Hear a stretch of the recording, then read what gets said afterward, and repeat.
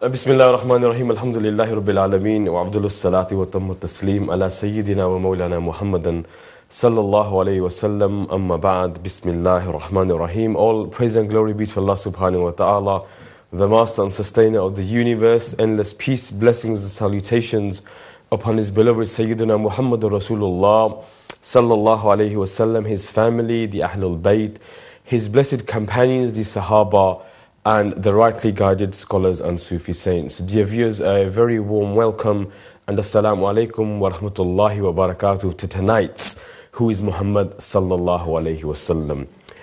At the start of Rabiul Noor Sharif, Rabiul Awwal, we had the 12-day series in Urdu, where we had a panel of scholars who came for 12 nights, and several elements of the seerah of the Prophet sallallahu alayhi wasallam were explored in the Urdu language, which provided our viewers with a great insight into the life of the Messenger sallallahu alaihi wasallam. We then had the Grand Mawlid, the annual Mehfil-e-Milad here on Ummah channel, another opportunity for the viewers to connect to the Prophet sallallahu alaihi wasallam.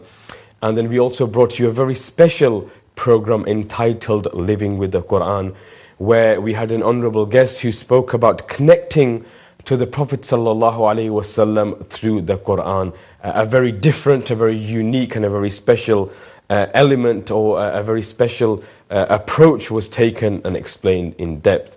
And we're here today on day 2 of the 4-day special series entitled Who is Muhammad sallallahu alaihi wasallam. The topic listed for discussion tonight is the declaration of prophethood and revelations, the life and times in Makkatul Mukarramah, the migration to the blessed city of Madinatul Munawwara, and then the Prophet sallallahu alaihi wasallam being the seal of prophets. So it's a very extensive, a wide topic, so many avenues to be explored and looked into. I have with me an esteemed panel of scholars who will be shedding light on this topic in light of Quran and Sunnah. Joining me, my honorable guest, he's appeared before your screens previously, in need of no introduction. Alhamdulillah, Imam Hafiz Umar Khan. Imam Sahib, assalamu alaikum wa rahmatullahi wa barakatuh. Wa alaikum assalam wa rahmatullahi ta'ala wa barakatuh. A very warm welcome and Jazakallah. Thank you for joining me. Barakallahu feekum, Jazakumullah khaira. MashaAllah. My second guest, his very first appearance here on my channel. He comes from a great scholarly family. Hazrat Allama Maulana Abdul Sami Sahib. Allama Sahib, assalamu alaikum wa rahmatullahi wa barakatuh. Wa alaikum assalam wa rahmatullahi wa barakatuh. Hazrat Sahib, a very warm welcome to my channel. Jazakallah for accepting our invitation. My pleasure to be here. Shukran. MashaAllah, it's great to have you. Shukran. MashaAllah. 2 learned scholars, alhamdulillah, will be shedding great light, sharing pearls of wisdom on the topic that's been listed for discussion tonight. We will take your calls at the appropriate time, and any questions that you have relevant to the topic, I ask that you call in, and inshallah I will put them to my panel. We have an honorable guest joining me, Bazurg Haji Sahib, who will be mesmerizing our hearts and minds with praise of the Prophet sallallahu alaihi wasallam, Haji Muhammad Mirza Farooq Sahib. I'm going to request Haji Sahib that he starts the show with the kalam of the Prophet sallallahu alaihi wasallam, a kalam in praise of the Prophet sallallahu alaihi wasallam.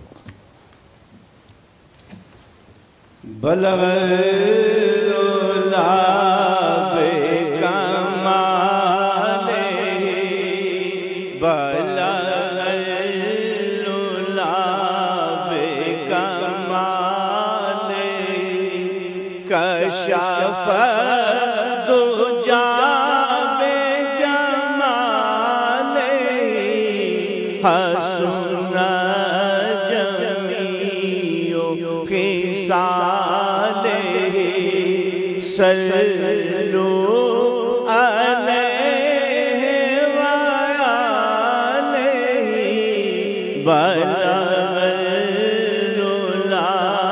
bi kamalehi. O darud tuj pe bhi aamina aur tere chand par भी सलाम हो दरूद तुझ पे भी आमना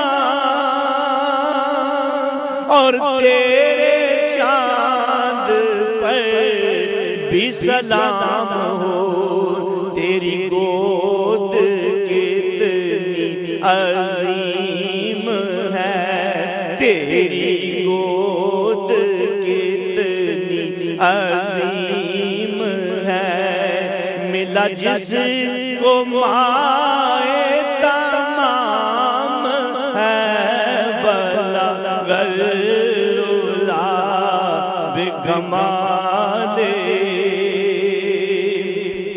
اور وہ کمال اس نے حضور ہے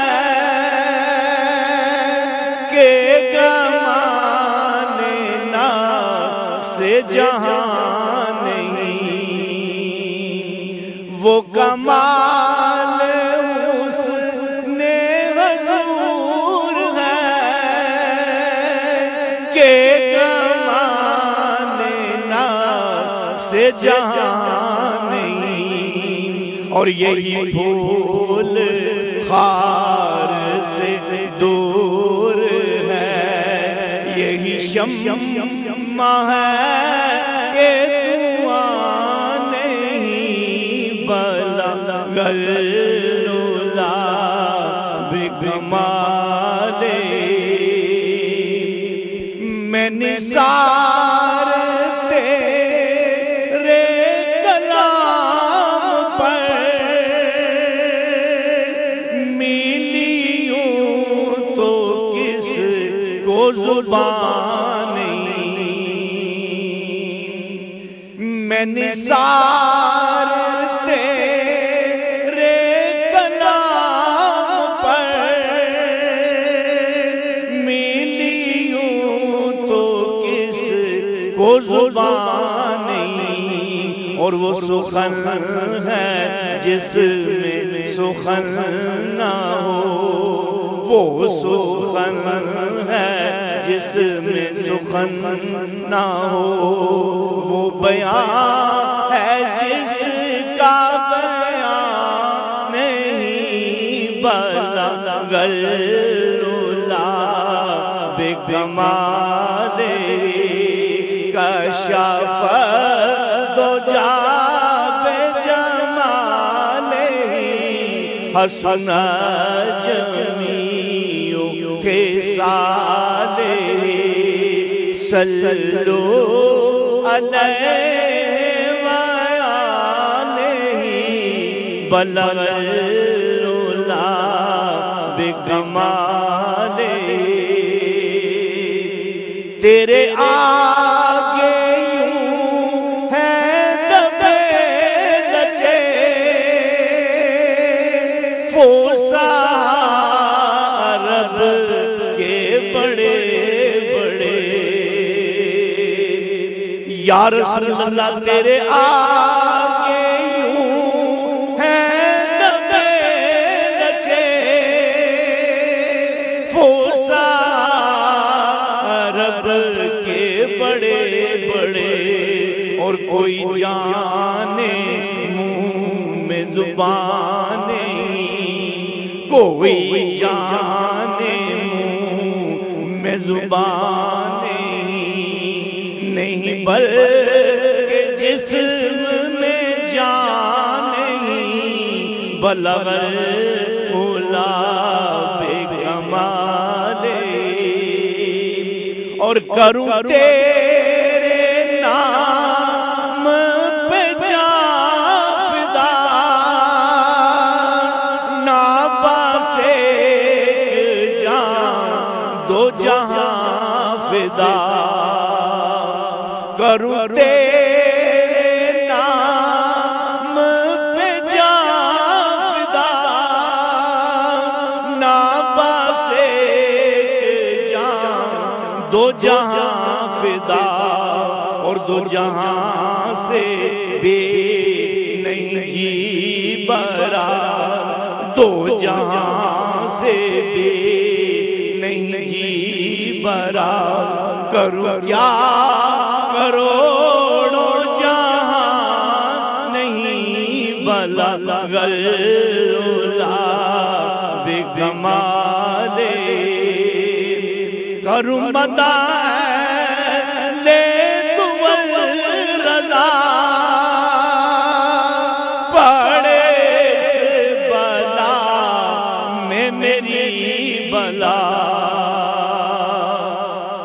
हरमता ले दुवल रजा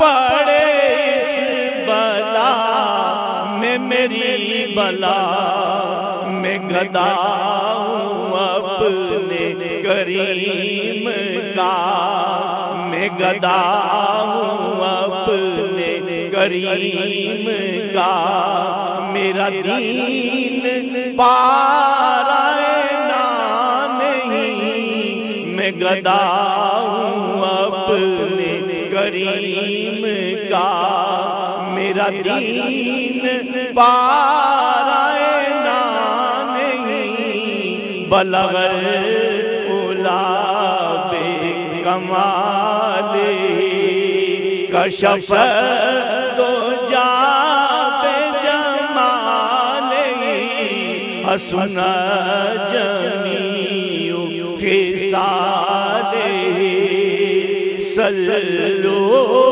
अलैहि व आलिहि बलगल उला बे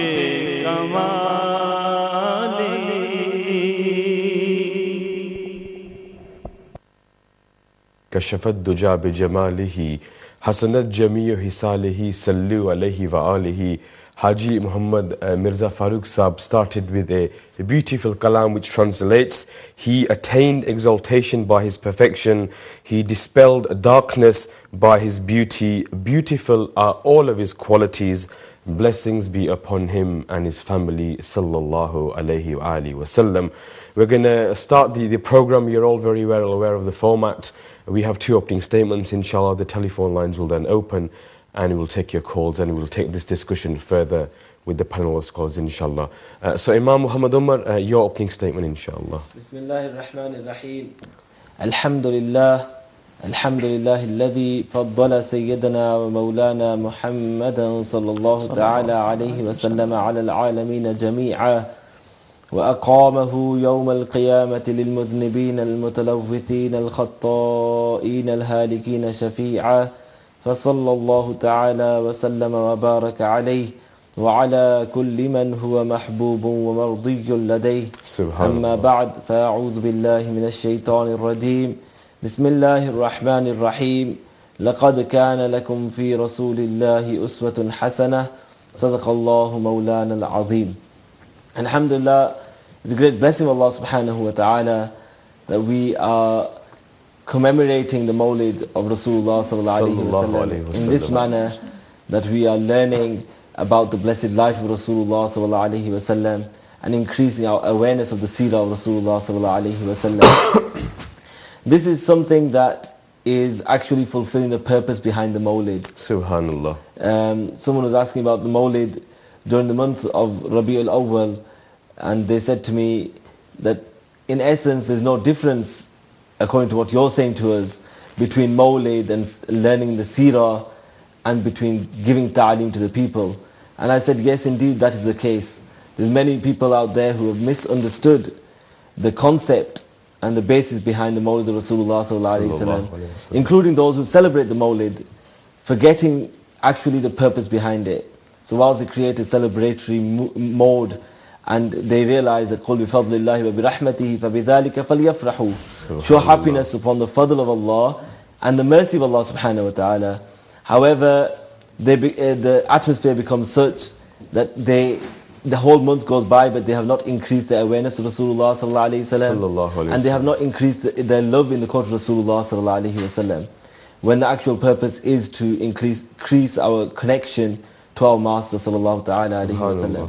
When listening to the seerah and when learning the seerah, our scholars, our akabir had many adab, had etiquettes, and their nature when remembering Rasulullah sallallahu alayhi wasallam, the whole atmosphere would change. And this is something that we need to establish in our discussion today. You know, Imam Malik alayhi rahmatu wa ridwan, this is mentioned in Imam Qadi Iyad al-Shifa. He was asked about one of his teachers, Abu Ayyub al-Sakhtiyani, and the situation of his teacher.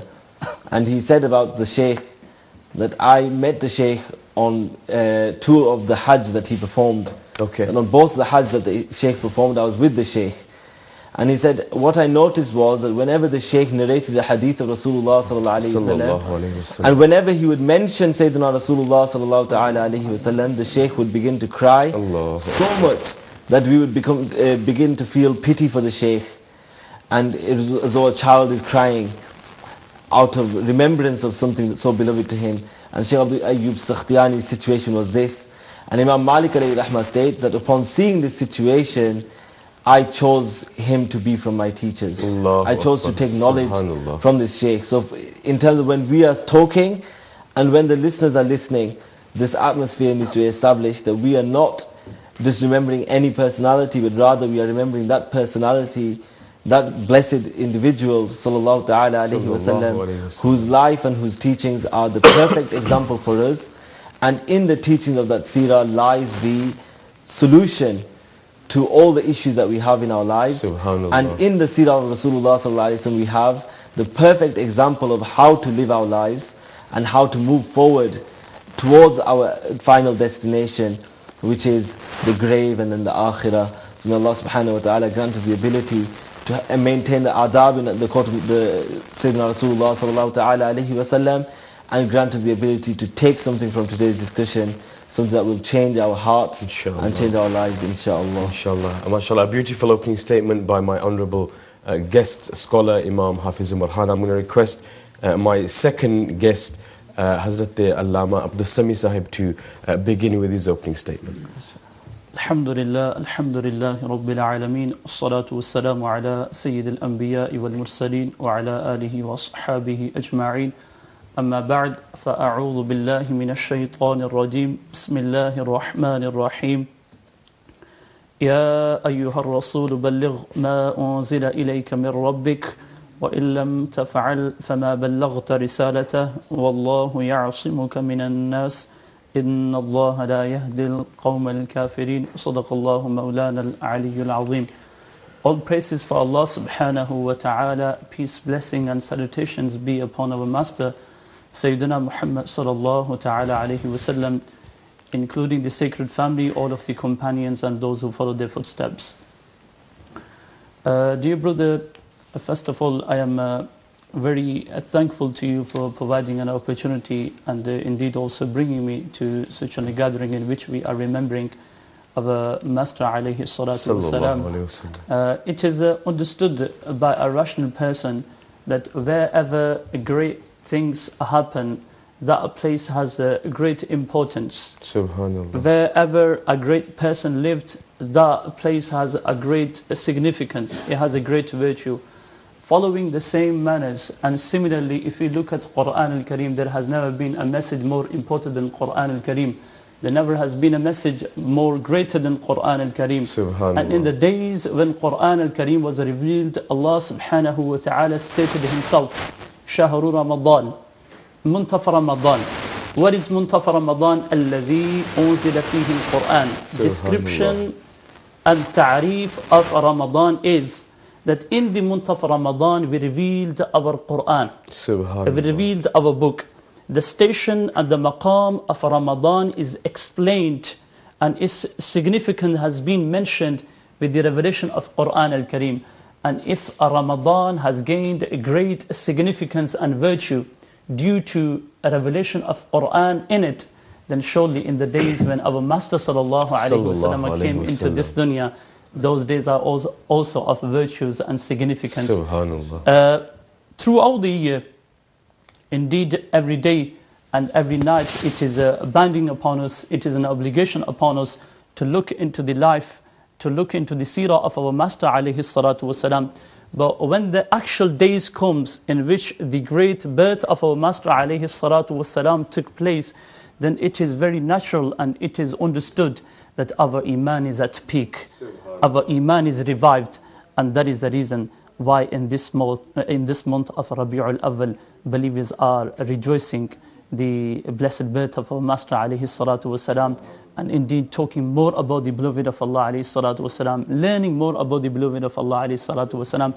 And this our attitude indeed is the reason of our Master sallallahu alayhi wasallam being more known to the public out there, to the people who are close to us, to the people who are related to us, and those who are away from deen, those who are away from the religion of Allah subhanahu wa ta'ala, Muslim, non-Muslim, they get to know the Prophet of Allah more in these days due to the emphasis that I and you and every lover of the Messenger of Allah alayhi salatu wasalam places upon these days in which our Master alayhi salatu wasalam came in this dunya.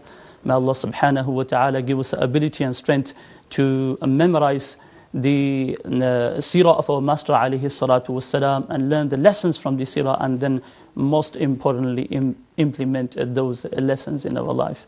Allah subhanahu wa ta'ala gives us tawfiq for that. MashaAllah, two very powerful opening statements which have laid a beautiful foundation for tonight's show, and inshallah we're going to build upon this foundation. We're going to pose many relevant questions to the panel which will help us increase our knowledge and gain a closeness to the Prophet sallallahu alaihi wasallam. The telephone lines are open. Feel free to call in and pose any questions which are relevant. Allama Abdul Sami Sahab, the topic at hand is quite vast. There are different elements which we'll inshallah be exploring. But I'd like to start with the first revelation that came to the Prophet sallallahu alaihi wasallam. Perhaps you can talk us through the feelings that the Prophet ﷺ had, how the revelation came about, and what was the outcome, what happened after that revelation. Since these few days, the seerah of our Master ﷺ has been split on few days, and on different days we are talking about different things. And today, as you have said, we will be talking about the revelation of our Master ﷺ. In Hadith al-Mubarakah, there are many narrations recorded by Muhaddithun which mention the actual time when the first revelation came to our Master alayhi salatu wasalam. That was actually a very turning point for our Master alayhi salatu wasalam. That was the most important event which took place in the history of Makkah al-Mukarramah. Indeed, that was a very important time for our Master alayhi salatu wasalam, because you need to remember, the greater the person is, the greater responsibilities he will be given. Sure. And before touching the point that what was the time and what was the situation and how it was for our Master alayhi salatu wasalam at the time when they first revealed the revelation, or when they were given the divine inspiration, I would say that before that, if you look in Quran al-Kareem and if we try to understand the nature of the message which was given to them, and try to understand the nature of divine inspiration and the nature of Quran al-Kareem, then look at the Quran al-Kareem. Quran al-Kareem explains about Himself, and Allah subhanahu wa ta'ala says, لَوْ أَنزَلْنَا هَذَا الْقُرْآنَ عَلَى جَبَلٍ. If we were to reveal this Quran, if we were to reveal this message upon a mountain, لَرَأَيْتَهُ خَاشِعًا مُتَصَدِّعًا مِنْ خَشْيَةِ اللَّهِ. Then because of the awe and because of its power, you would see that the mountain is crushed into pieces and is broken into bits. Allahu Akbar. You can take the call and then inshallah. We'll take a call, a beautiful and thought-provoking start to the answer to that question. But we have the first caller, Dr. W. Khan from London. Assalamu alaikum wa rahmatullah. Wa alaikum assalam wa rahmatullahi wa barakatuh. Brother Barash Ibrahim Hussain, sir, first, Islam salutations to you and both bright, brilliant brothers, mashallah, all splendid, superb scholars. Excellent educational episode of Devan. This is best channel platform to pose pertinent questions as opposed to closed madaris, perhaps masjids where khutbahs constantly possess single perspectives, whereas Maulana do not like challenging perhaps queries. the control panel increases the volume, so because I'm struggling to hear. Where Maulanas do not like challenging queries but blind subservience, perhaps. Three tough topical questions were your amazing approval acquiescence. Firstly, very earliest biographies, Ibn Ishaq by Ibn Hisham, although unavailable, differ slightly with Sunni's most authentic account, Abu Abdullah ibn Ismail al-Bukhari, Jamal Sa'id's initial book. Preliminary chapter commences with divine revelation. Why is this not narrated by first mother of believers, Khadijah al-Kubra, or any other, but by youngest Aisha radiyallahu ta'ala anha? Now, question is, although Allah subhanahu wa ta'ala states in Surah Al-Hashr, ayah 21, أعوذ بالله من الشيطان الرجيم بسم الله الرحمن الرحيم لو أنزل هذا القرآن على جبل لرأيته خاشعا متصدعا من خشية الله صدق الله العظيم. Obviously, the interpretation that if you had sent down this Quran upon a mountain, you would have seen it humbled and coming apart from fear of Allah. subhanahu wa ta'ala. Ji. But only the very heart of the Prophet could endure it. Why did Angel Gabriel hug him so hard that he was unable to bear pressure anymore? 3 times. Okay. What wisdoms? Why did he reply, Ma ana bikariyan, I am unread? Did other great messengers receive revelations in this similar holy manner? Okay. Now, although later some scholars state this as unread in comparison to Allah, this is not what was recited, Ma ana bikariyan min Allah, but only Ma ana bikariyan. And why 3 times? Okay. Why, when going back home to Khadija, he stated, cover me, for I fear something may happen to me. According to Ibn Ishaq, what test does Khadija apply to ensure revelations were from God, not from any other source? Why need for confirmation of finality of prophethood with Waraka bin Nawfal, who was Christian according to many accepted Islam? Approximately what number earliest Muslim was Waraka? He tells Prophet, your own will drive you out of Makkah. Okay. إذ يخرج قومك فقال رسول الله صلى الله عليه وسلم أو مخرجهم قال نعم. The Prophet surprisingly asked, will they drive me out? Several days later, Waraka passed his way.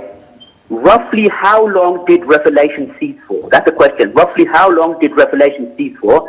Next hadith, narrated Jabir bin Abdullah al-Ansari, reporting speech of Prophet, that while walking, all of a sudden I heard a voice from sky above.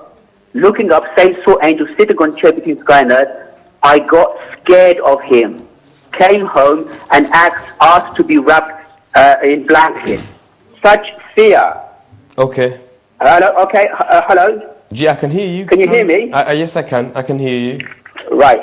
Let me just finish, please, the question, because it's very, very important. Okay. It says, Jalisun ala kursin bayna samai wal ard faru'ibtu minhu farajatu fakultu zamaluni fa'anzala ala ta'ala ya ayyuhal mudassir. Okay. So, that synoptic summary, if ilm al-hayb, knowledge of unseen by most perfect human in history of universe, why multiple times so much fear, need for confirmation, corroboration, substantiation, although unimaginable, tremendously terrible, turbulent testing times ahead for delivering message of Islam to pagan polytheists, why not state this as a time of joy to finally ultimately receive revelation as mercy for humanity and jihad? Why not inform Khadija, I was waiting for this period pronounced prophethood, now I have it. Instead, the earliest accounts paint picture of most humble human unaware of what Allah had in store for his holy prophethood. If he had knowledge of unseen, why not use it and express elation, excitement, exaltation, rather than consternation, fright, trepidation? Finally, seer of Prophet Khatamun Nabiyyin, end times eschatology, annihilation of Antichrist is no small matter, brother. Allahu Alam, how the Jahil will attack. To undertake such an enormous task would require assistance from Allah. Therefore, when Isa, Jesus, returns, how can he not be a prophet, as to do this merely by following Imam Mahdi, who will also not receive revelation of Wahi? Therefore, once a prophet, always a prophet. So why is Jesus not the final prophet? If it was merely to demonstrate superiority of Imam Mahdi's lineage, why didn't Jesus appear to Messenger Muhammad himself in front of companions, especially during Mubahila, to confirm his holiest seal of prophethood? Short scholarly responses, many thanks. Jazakallah khair. MashaAllah, our regular caller, Brother Dr. W. Khan from London. I'll put your questions to the panel of scholars at the appropriate time, inshallah. Allama Sahib, you لو أنزلنا هذا القرآن. I will try to connect a couple of the points which this brother has mentioned, to this talk, even though, it will be quite difficult for me to cover, everything he has said, in I think the first few questions you might be able to incorporate into your... Yeah, I will try my best, inshallah ta'ala. So, looking at the beginning of receiving a divine inspiration and specifically narrowing it down at the first incident when the wahi and the divine inspiration came to our Master alayhi salatu wasalam, when it is coming at first time, it is understandable by the people of heart, it is understandable by the people of kashf, it is understandable by the people of spirit who have a consciousness of Allah subhanahu wa ta'ala.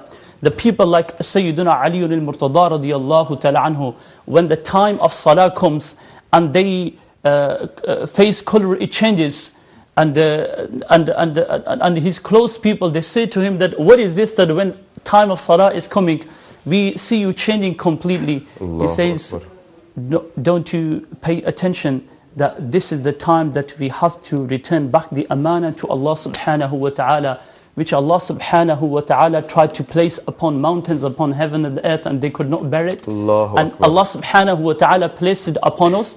إِنَّا عَرَضْنَا الْأَمَانَةَ عَلَى السَّمَاوَاتِ وَالْأَرْضِ وَالْجِبَالِ فَأَبَيْنَ أَنْ يَحْمِلْنَهَا وَأَشْفَقْنَ مِنْهَا وَحَمَلَهَا الْإِنسَانِ إِنَّهُ كَانَ ظَلُومًا جَهُولًا. It's a time to be in front of Allah subhanahu wa ta'ala. It is time to show our commitment to Allah subhanahu wa ta'ala. It is time to go in the court of Allah subhanahu wa ta'ala. And when one person is going into the court of Allah subhanahu wa ta'ala, that entirely depends upon his own spiritual states. That entirely depends upon his own iman, that how much attention and how much importance he is showing to salah.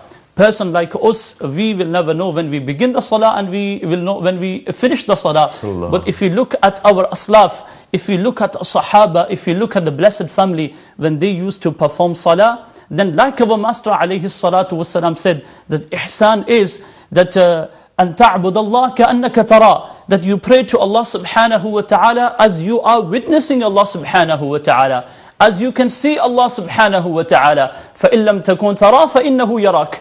And if you are not on that level that you can see Allah subhanahu wa ta'ala and you can witness Allah subhanahu wa ta'ala, then at least have that much consciousness that Allah subhanahu wa ta'ala is observing you. Allah subhanahu wa ta'ala is seeing you. I will request to this brother, just keep the same scenario in your mind. 40 years of life of our Master alayhi salatu wasalam are past. And that 40 years of life of our Master alayhi salatu wasalam, they were not purposeless. There was a reason behind, and there was a purpose behind, which we will talk about that inshallah ta'ala later on. But I wanted to keep my talk specific to the incident when first time the revelation came. The first time which a revelation came and the divine inspiration came to our Master alayhi salatu wasalam. Quickly I will go to the narration, I will mention it, and inshallah ta'ala we will explore it more with the help of Imam Umar Sahib. Sayyidina Hisham bin Urwa radiyallahu ta'ala, he narrates from his father. And his father narrates from al-Mu'mineen Sayyida Aisha as-Siddiqa radiyallahu ta'ala anha. This brother, he was also trying to know that why it is Sayyida Aisha as-Siddiqa radiyallahu ta'ala anha narrating about the incident of the first revelation and the first time when the wahi came, and how come Sayyida Khadija radiyallahu ta'ala anha, they are not narrating, or narrations are not recorded from them. I will come to that later on inshallah ta'ala. But let's look at the narration first, and let's take the barakah of the narration. Sayyida al-Mu'mineen Aisha as-Siddiqa radiyallahu ta'ala anhu, she narrates that Harith bin Hisham, one of the companions of our Master alayhi salatu wasalam, he asked the Messenger of Allah alayhi salatu wasalam, Sa'ala Rasulullah alayhi salatu wasalam, faqal, Ya Rasulullah alayhi salatu wasalam. Harith bin Hisham went in the blessed court of our Master alayhi salatu wasalam, questioning, man and your Prophet, man and your Master alayhi salatu wasalam, Ya Rasulullah alayhi salatu wasalam, O the Messenger of Allah alayhi salatu wasalam, kayfa ya'tika al-wahy? How did the wahy came to you? How did the revelation came to you? And how did the divine inspiration came to you? The Messenger of Allah alayhi salatu wasalam, talking about the nature of wahy, even though this does not tells the right first incident, when the wahy came, the hadith which mentions the first incidents of wahy, I will mention that after. But this one actually explains the types of, and you could say the different types of situations in which our Master alayhi salatu wasalam would receive a wahi. And having understanding this hadith, it will give us a bit more insight, and it will give us a bit more ability, and it will give us a bit more understanding. It will broaden our understanding of understanding wahi. What wahi is. He asked, how does the wahi comes? Our Master alayhi salatu wasalam said, أحيانا يأتيني مثل صلصلة الجرس. Sometimes the wahi comes to me like a ringing of a bell. Allah. A sound is like a ringing of a bell. Me and you, and surely any person upon the face of earth cannot understand what has been said in that ringing of the bell.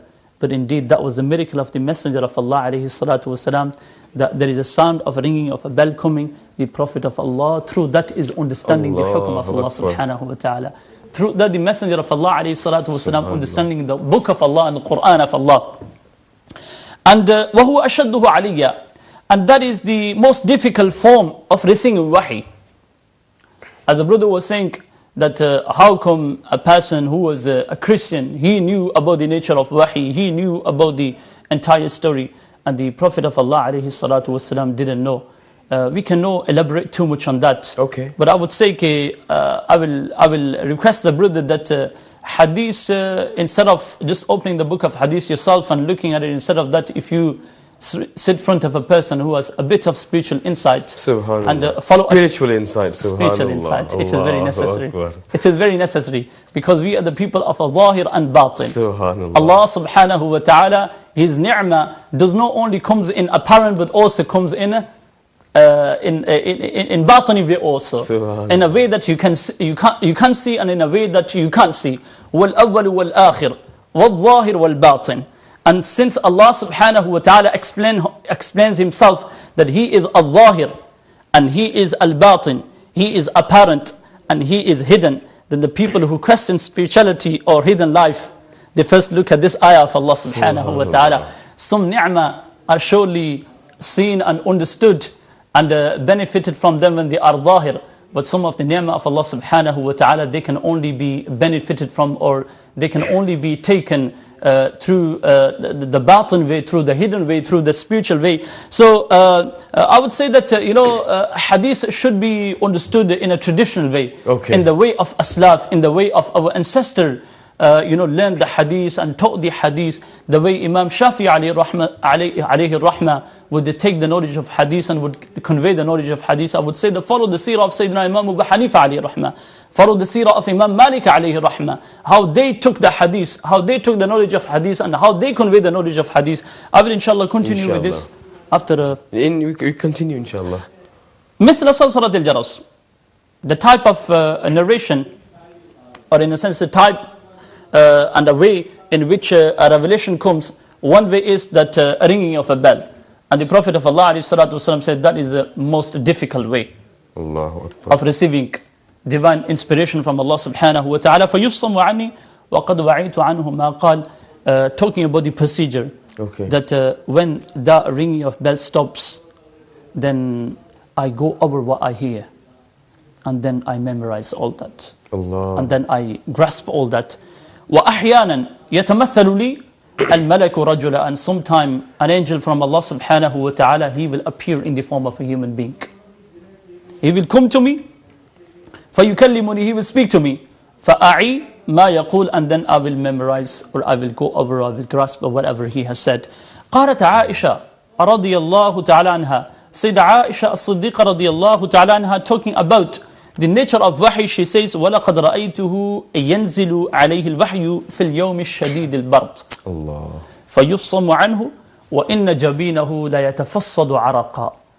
I would see the Prophet of Allah alayhi salatu wasalam revealing wahi upon him in a very cold day, in a very cold day. And after the wahi has stopped, after the wahi is completed, وَإِنَّ جَبِينَهُ لَيَتَفَصَّدُ عَرَقًا, then the forehead of our Master sallallahu alaihi wasallam would be dropping sweats. The drops of sweats would be coming from the forehead of our Master alaihi salatu wasallam. Nature of wahi. We will continue inshallah ta'ala, and we will explore the first incident when the wahi took place inshallah ta'ala afterwards. MashaAllah. Imam Hafiz Umar Sahib, perhaps you'd like to continue with this, and I think there's a few points that I'd like to touch upon. Some points that were raised by the first caller as well. So when the first wahi came, the Prophet sallallahu alaihi wasallam, the response was ma ana biqari, in that I am not a reader. And also another question that was raised was, why did Hazrat Jibreel alayhi salam squeeze the Prophet sallallahu alaihi wasallam to such a great extent 3 times? So perhaps if you'd like to focus on that. Bismillahir Rahmanir Rahim. This actually leads us on to the narration mentioned by Imam al-Bukhari alayhi rahmah, that is following the narration mentioned by Hazrat Maulana Sahib Qibla. In the next narration, Imam al-Bukhari narrates from Yahya ibn Bukayrin who states that حدثنا الليث عن عقيل عن ابن شهاب عن عروة بن الزبير عن عائشة أم المؤمنين. So this narration is also of Sayyidah Aisha as-Siddiqa radiyallahu ta'ala anha. And one should not be in any sort of doubt in regards to why is Sayyidah Aisha radiyallahu anha narrating this hadith, as Qibla Maulana Sahib has mentioned, because Sayyidah Aisha has taken this hadith from the direct source from Sayyidina Rasulullah sallallahu alayhi wa sallam. So when she's describing the situation of the beginning of wahi, it is directly from Sayyidina Rasulullah sallallahu alayhi wa sallam. Subhanallah. And she's mentioned this narration to Urwa ibn Zubayr, who is the son of Zubayr bin Awwam radiyallahu ta'ala an. So this is in Madinatul Munawwara. Sayyidah Khatijatul Kubra radiyallahu ta'ala anha had left this world 10 years after the prophethood had been announced. And therefore, for the narration to be mentioned by Sayyidah Aisha, there is no issue with that. She states, أول ما بدأ به رسول الله صلى الله عليه وسلم من الوحي الرؤيا الصالحة في النوم. When the wahi started, the Prophet صلى الله عليه وسلم's wahi started upon him, it came in the form of dreams. Such dreams which were true and would come true in the form of dreams. فَكَانَ لَا يَرَى رُؤْيًا إِلَّا جَاءَتْ مِثْلَ فَلَقِ الصُّبْحِ. That whenever he would see a dream, he would see the reality of it, the truth of this dream, just like we see the morning, the dawn of the morning. Subhanallah. So scholars have mentioned that this dream, the form of wahi coming in dream, lasted for 6 months. Imam Ibn Hajar al-Asqalani alayhi rahmatu ridwan has mentioned this in Fathul Bari. So this has given, according to many narrations, the first revelation came in the blessed month of Ramadan. 6 months prior to that is the month of Rabiul Awwal. So this is another speciality of this month of Rabiul Awwal, that in this month was the birth of the Prophet sallallahu alaihi wasallam. In this month, the Prophet ﷺ's meeting with Allah subhanahu wa ta'ala occurred, as in he left this physical world. And in this month, the hijrah was fulfilled. And in this month, it was when the Prophet ﷺ felt the first wahi coming to him in the form of pious dreams. Subhanallah. Then after that, the Prophet ﷺ began to seclude in Hira, but going further to answer the question raised in regards to when the first wahi came, حَتَّى جَاءَهُ الْحَقُّ وَهُوَ فِي غَارِ حِرَاءٍ, that until truth came to him in the form of wahi, when he was in Ghar Hira, the angel came to him, فَجَاءَهُ الْمَلَكُ فَقَالَ اِقْرَأ, he said to him, read. قَالَ مَا أَنَا بِقَارِئ. The translation given by the questioner was, I am unread. But when we look towards the meaning of مَا أَنَا بِقَارِئ, and we look towards the Arabic language, we find that this translation to say that I am unread is incorrect. Ma ana biqari, the literal translation is, I will not read. I am not reading. Okay. The example of this is when Sayyidina Abu Bakr radiallahu ta'ala an was approached by Sayyidina Abu Sufyan radiallahu an, before Sayyidina Abu Sufyan accepted Islam. In Al-Madinatul Munawwara, Abu Bakr radiallahu an was approached by Abu Sufyan, who said to him that, O Abu Bakr, ask Rasulullah sallallahu alaihi wasallam, request the Rasulullah sallallahu alaihi wasallam that we renew the sulh, we renew the treaty of Hudaybiyah. And Sayyidina Abu Bakr's reply was, Ma ana bifa'ilin, I will not do. It does not mean I am not able to do. And when we look towards this narration, we find that in the end, after 3 times of asking this, saying Iqra, for 2 times he said Iqra, and the 3rd time Sayyidina Jibreel alayhi salam said, Iqra bismi rabbika alladhi khalaq. Read in the name of your Lord who created. And when this was said, Rasulullah sallallahu alaihi wasallam did recite what Sayyidina Jibreel alayhi salam told him to. And therefore we could not say that he was not able to read. Because if he was unable to read, then why did he read it in the end? When asked to read in the name of Allah subhanahu wa ta'ala. So would it be fair to say that the correct translation of Ma'ana Bikari'in is that I am not a reader? That I am not one who reads, or I am not reading, I will not read. Until the question came, Iqra' bismi rabbika alladhi khalaq. In regards to whether the Prophet ﷺ had ability to read and write, the scholars of hadith and the muhaddithin have had ikhtilaf, have had a difference of opinion. But the clear-cut thing about the Prophet ﷺ being ummi, Sallallahu alayhi wa sallam. sallallahu alayhi wa sallam, is that he sallallahu alayhi wa sallam did not learn from any teacher. Allahu But in Akbar. Sahih al-Bukhari itself it is found that during the Sulh al-Hudaybiyah, when Sayyidina Ali karamallahu wajhahu al-Kareem was asked to remove the title Rasulullah and replace it with Muhammad bin Abdullah, Sayyidina Ali radiallahu anh said, my iman will not allow this, I will not do this. Sure. Rasulullah sallallahu alaihi wasallam, according to the narration of Sahih al-Bukhari, he himself sallallahu alaihi wasallam corrected this. So from that many scholars have derived that he sallallahu alaihi wasallam had the ability to read and write, but this ability that he had was from Allah subhanahu wa ta'ala. Subhanallah. Also the question about ilm al-ghaib, and in regards to the approaching of Waraqa bin Nawfal. Yeah, what was the need? And- Perhaps if we shed some light on that, then we'll Yeah. go for a break, inshallah. Inshallah. The questioner asked in regards to why Waraqa bin Nawfal was approached.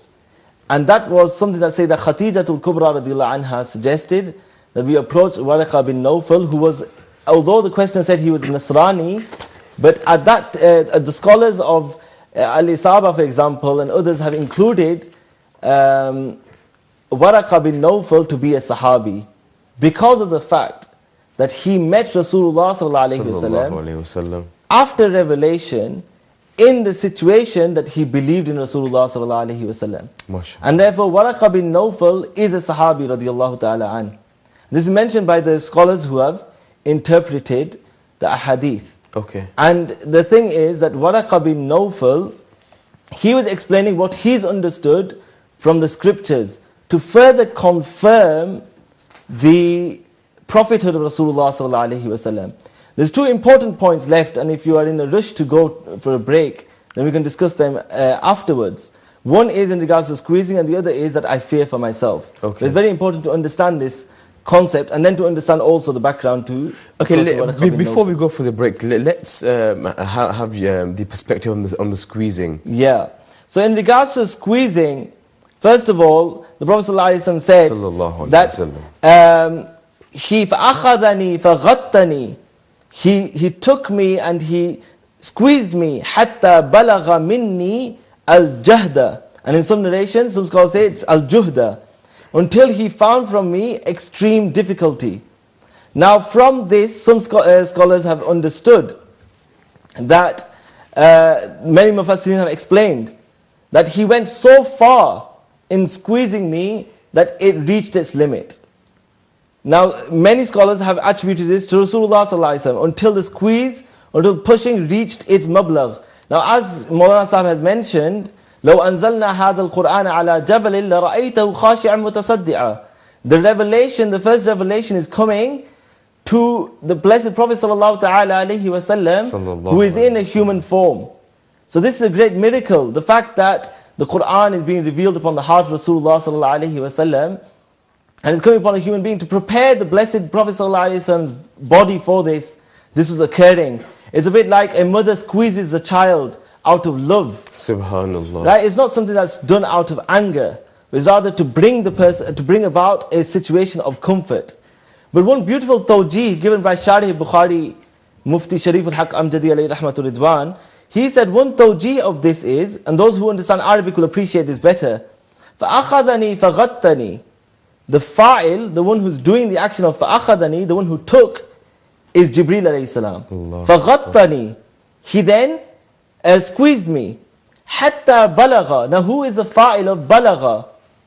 So the scholars, Mufti Sharif al-Haq Amjadi alayhi rahmah said, in order to keep the sentence structure continuous, the fa'il of balagha would be Jibreel alayhi salam. Okay. That Jibreel found from me hardship. He squeezed me so much that he could not do it any further. Allah So there's quite a Akbar. few understandings that you could take from this, from the scholarly perspective. So, But and that would be alhamdulillah, one understanding which for you've just shared. Yeah, that's one thing that Mufti Sharif al-Hakam alayhi rahmah has written in Nuzhatul Qari, Sharh of Sahih al-Bukhari. Subhanallah. So we find that people of love, when we look towards this situation, is something that we don't find negatives in. It's not something that we find a weakness in. But rather what we have to realize is that this was a beautiful introduction to the Subhanallah. wahi. And inshallah we'll be discussing the fatratul wahi as well. And why that fatra, what was the hikmah behind the wahi being cut off?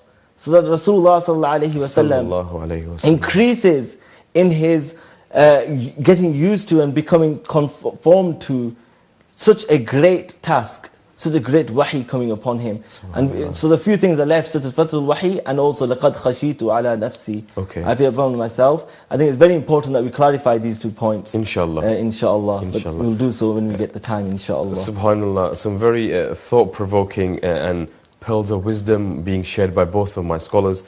It's time for a quick break. We'll be right back. Bismillah ar-Rahman ar-Rahim, and a very warm welcome back to the show after the break. We're discussing a very important topic today, which is very vast. It's covering many elements and many aspects. We've spoken about the first revelation that came to the Prophet sallallahu alaihi wasallam. We will very shortly, inshallah, be moving on to the declaration of prophethood, the life and times in Makkah al-Mukarramah, the migration to the blessed city of Madinatul Munawwara, and the Prophet sallallahu alaihi wasallam being the seal of prophets, Hatm an-Nubuwwah, a very important. This is a topic in itself. It's very extensive. Many things that need to be explored and spoken about here. And inshallah, I will put that to the panel at the appropriate time. There are many elements that have been discussed before the break. There are many special aspects that these scholars have spoken about, and also there are one very interesting point was the translation of Ma'ana biqarin, which is I am not a reader.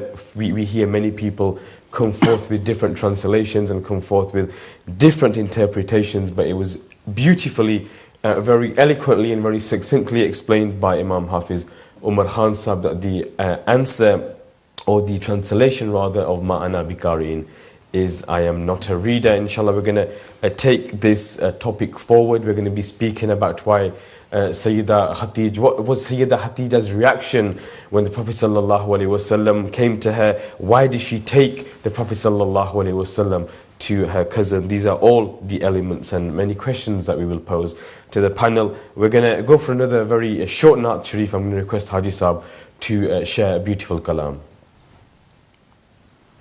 Sallallahu alayhi ya Rasulallah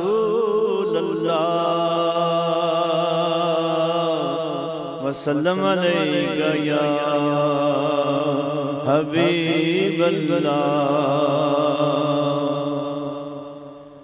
Leke pehlu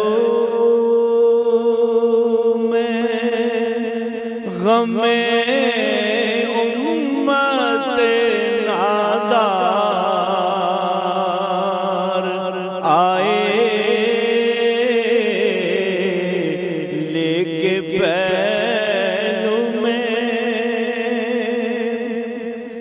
کے پہلو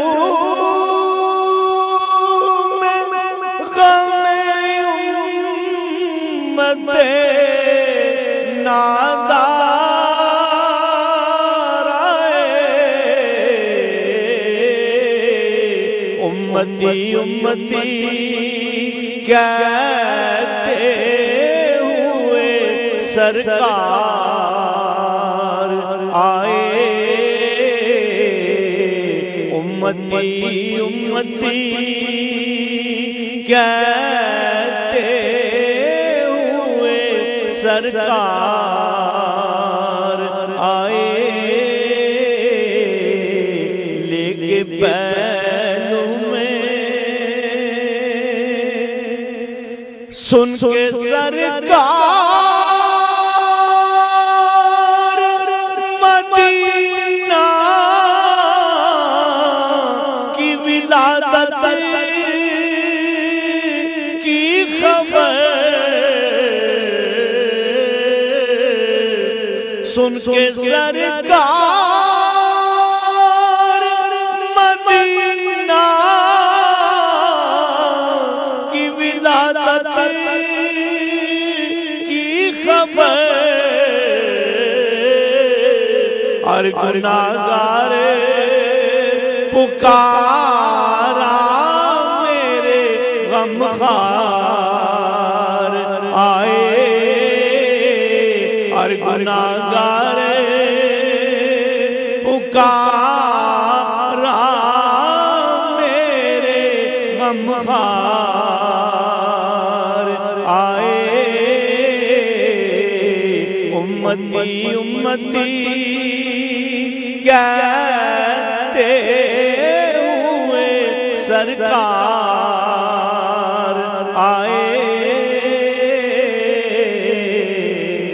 और फर्श वालों के मुकद्दर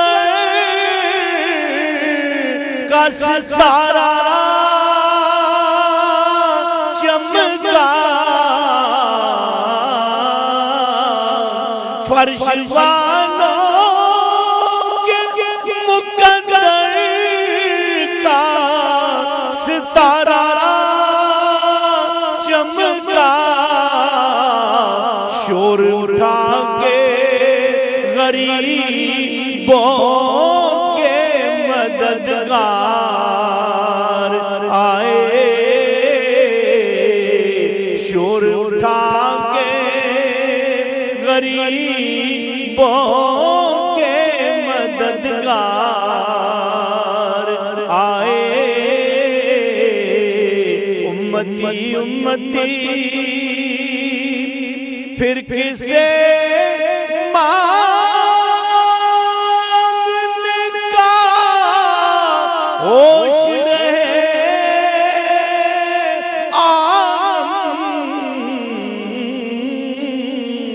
फिर किसे मांगने का होश रहे बांटने वाला अगर खुद सरे बाजार आए बांटने वाला अगर खुद सरे बाजार आए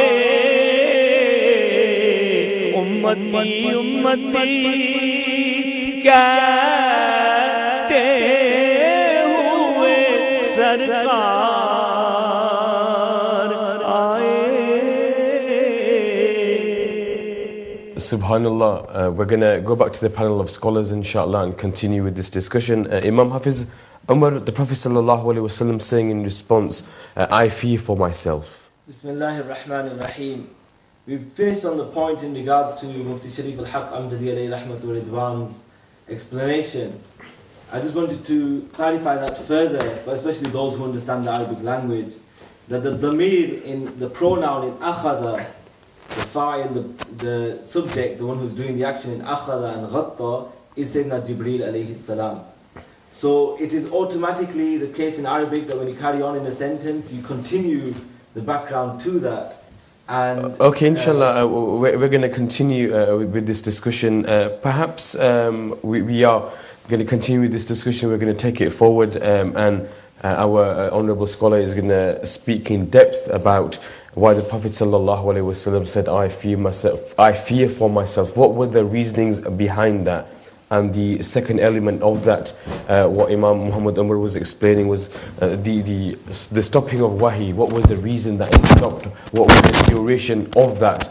And all of the reasonings behind that, inshallah, our honourable scholar will be talking us through it. And all the narrations that are given are very authentic, and our noble scholars come here with books, and they are here with resources, and they are here with references which they can relate, inshallah. So it's going to be very authentic, it's going to be very compact, and it's something that we're going to be benefiting from. So Mufti Sharif al-Haq Amjadi alayhi rahmah said that if the fa'il of balagha is to be changed, if the subject is to be changed to Rasulullah sallallahu alayhi wasallam, that would cause intisharul marji', meaning that you have a damir, a pronoun going in two verbs to Jibreel, and you have another damir going to the Prophet ﷺ, that would cause intishar, it would cause confusion. And therefore the best option is for all the dama'ir, all the pronouns to go back to Jibreel alayhi salam. Now to put to that to people who don't understand the Arabic language, what is the conclusion to that?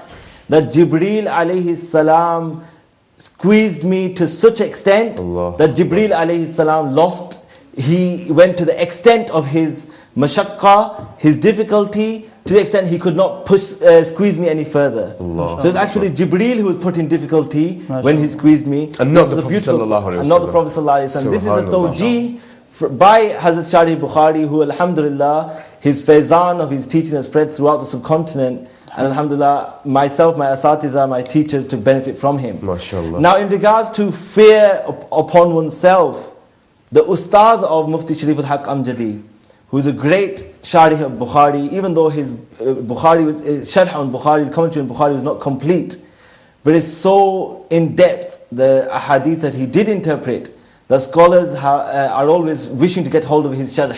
Bashir al-Qari ala Sahih al-Bukhari, fi Sharh Sahih al-Bukhari, Sadr al-Ulama, Imam al-Nahu, Maulana Ghulam Jilani Merti alayhi rahmah. He mentions 3 most preferred positions about what does this mean when the Prophet ﷺ said to Sayyidah Khadija radiallahu anha, I fear for myself. The first is, I fear the possibility that this is such a huge burden, Allah. that how will I bear this burden? So I worry about that and I fear for that. You know, the ayah that Sidi Maulana Sahib Qibla, Maulana Abdul Sami Sahib has mentioned, Ya ayyuhar rasulu balligh ma unzila ilayka min rabbik. O Messenger, sallallahu ta'ala alayhi wa sallam, propagate what has been revealed to you from your Lord. Allah. Now this is a huge responsibility. So that was the first explanation. The second explanation, لَقَدْ خَشِيتُ عَلَى نَفْسِي, I fear, how will I manage to be patient upon the harms caused by the enemies? Allah. So this is a servant of Allah subhanahu wa ta'ala, the most chosen servant of Allah subhanahu wa ta'ala, Sayyidina Rasulullah sallallahu alayhi wa sallam, fearing, will I manage to fulfill this responsibility? Even though alhamdulillah Allah subhanahu wa ta'ala has given him, لَا يُكَلِّفُ اللَّهُ نَفْسًا إِلَّا وُسْعَهَا. But that fear is there because of the importance of this responsibility. And everyone should have khashya of Allah subhanahu wa ta'ala. So this was khashya, this fear was of Allah subhanahu wa ta'ala.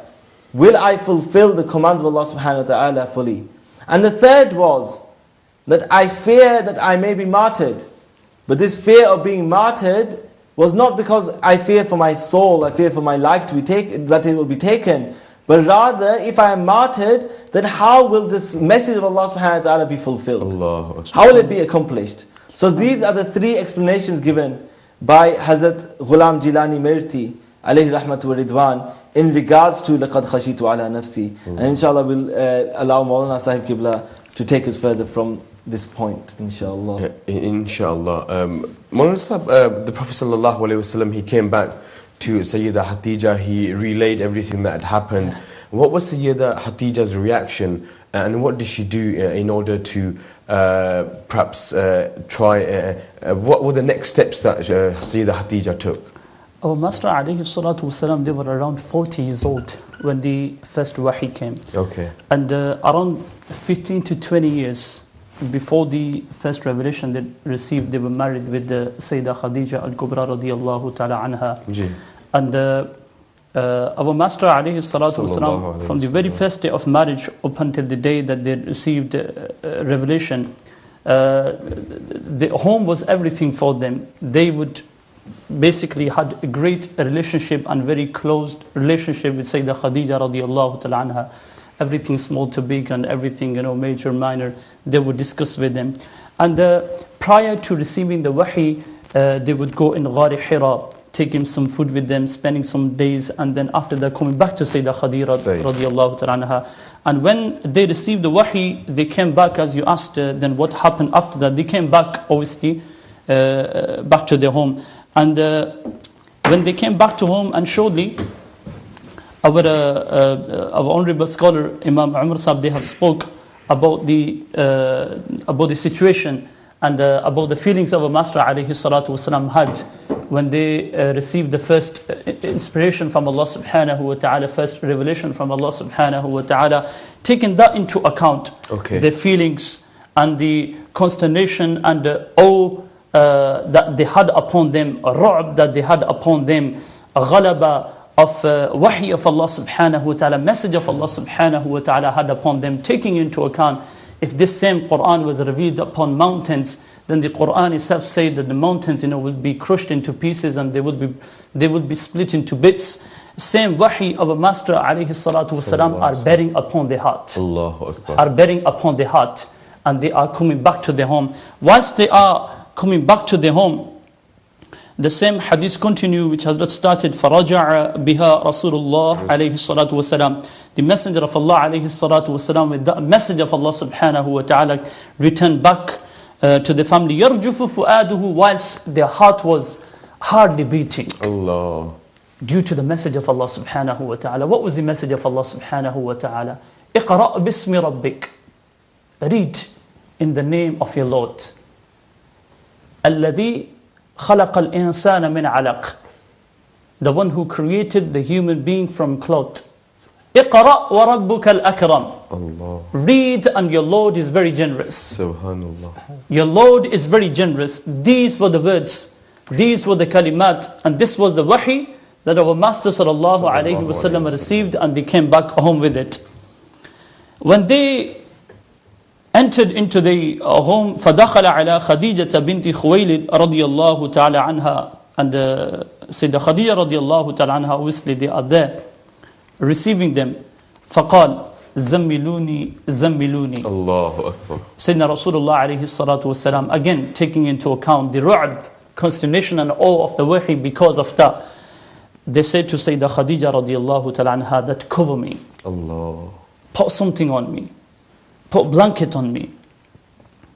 فَزَمَّلُوهُ, so they did as our Master alayhi salatu wasalam said, حَتَّى ذَهَبَ عَنْهُ الرَّوْعِ. So up until the time they recovered. فَقَالَ لِخَدِيجَةَ وَأَخْبَرَهَا الْخَبْرَ. Then they told the entire story.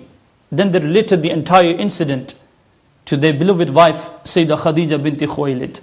And at this point, I want to make a request to all the Muslim brothers and sisters out there that this is how your home should be. Allahu Akbar. When something happens in your life, then a brother should not be going to his friends, should not be going out in streets, should not be approaching X, Y, and Z.